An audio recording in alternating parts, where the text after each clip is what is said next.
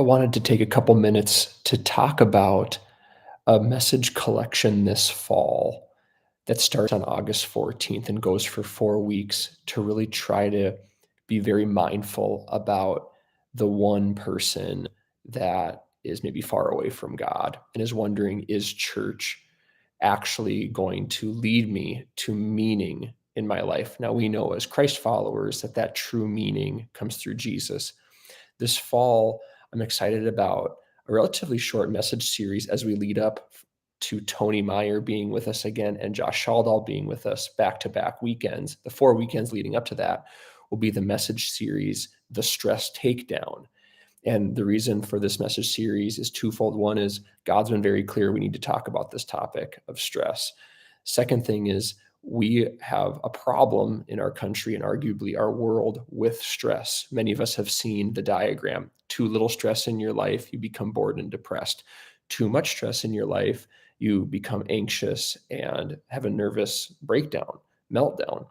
And in the middle is kind of this healthy amount of there's enough stress in your life to stay motivated, but not too much stress where you become essentially uh, crippled by various feelings and emotions. The Stress Takedown is the name of the message series. And we know people today, whether it's healthcare, the economy, war in the world, like the conflict in Ukraine. And just when you think you don't have enough things to be stressed about, there's a mass shooting, there's your own relationships in your life, there's the future of our nation.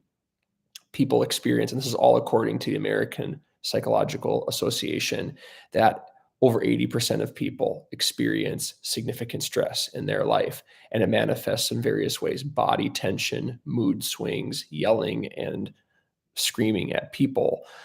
So for those 4 weeks, we're going to look at the real problems of anxiety and fear and worry and obsession. Um, and we're going to look at how God positions us to address those things through increasing our trust, increasing our faith. I love this. When people told Jesus, increase our faith. Sometimes I just feel like we all need to do that. God, increase my faith that you're in control, that you know what's going on, that you have everything in your hand and you hold everything together. And not just trust and faith, but practically what God's word can do to help us form boundaries, not just with people, but also with activities and information. And then contentment. How do I build like this satisfying feeling of contentment in my soul in a biblical way? Uh, Biblically, I can't think of a better example than in 2 Kings chapter 6, where Elisha, who is a prophet, is prophesying to God's people in a time when Israel, God's people, is directly at war with the king of Aram. And Aram is consistently trying to battle with God's people, the Israelites, in various locations. But because Elisha is so in tune with what God is saying and is speaking prophetically, he lets the king of Israel know where the Aramean army is going to be. And then God's people are always ready. And the king of the Arameans gets very frustrated. Like, why do God's people always know where I'm going to be trying to attack them? And somebody on the inside of the Arameans said, well, there's this guy named Elisha, and he knows even the things you say in your bedroom because he's so in tune with what God knows.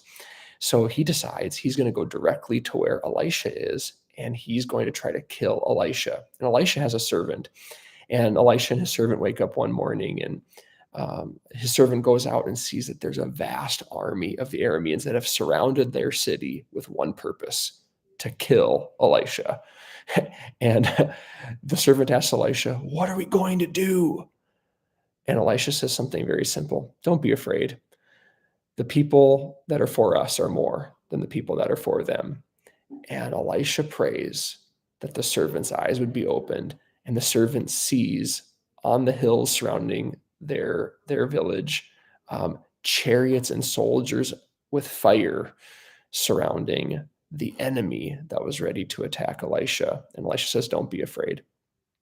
What an incredible example of faith, that even when like the walls are closing in and they have more stress than they could handle, uh, God came through and opened up their eyes to a reality that they could not see. So, over the next few months, we'll be praying more about how this rolls out. But the stress takedown, helping people in our community deal with the constant barrage of awfulness in the world that all came on top of a worldwide pandemic, and focusing on building trust, faith, boundaries, and contentment in who God is, helping us live healthy lives in the midst of anxiety, fear, worry, and obsession.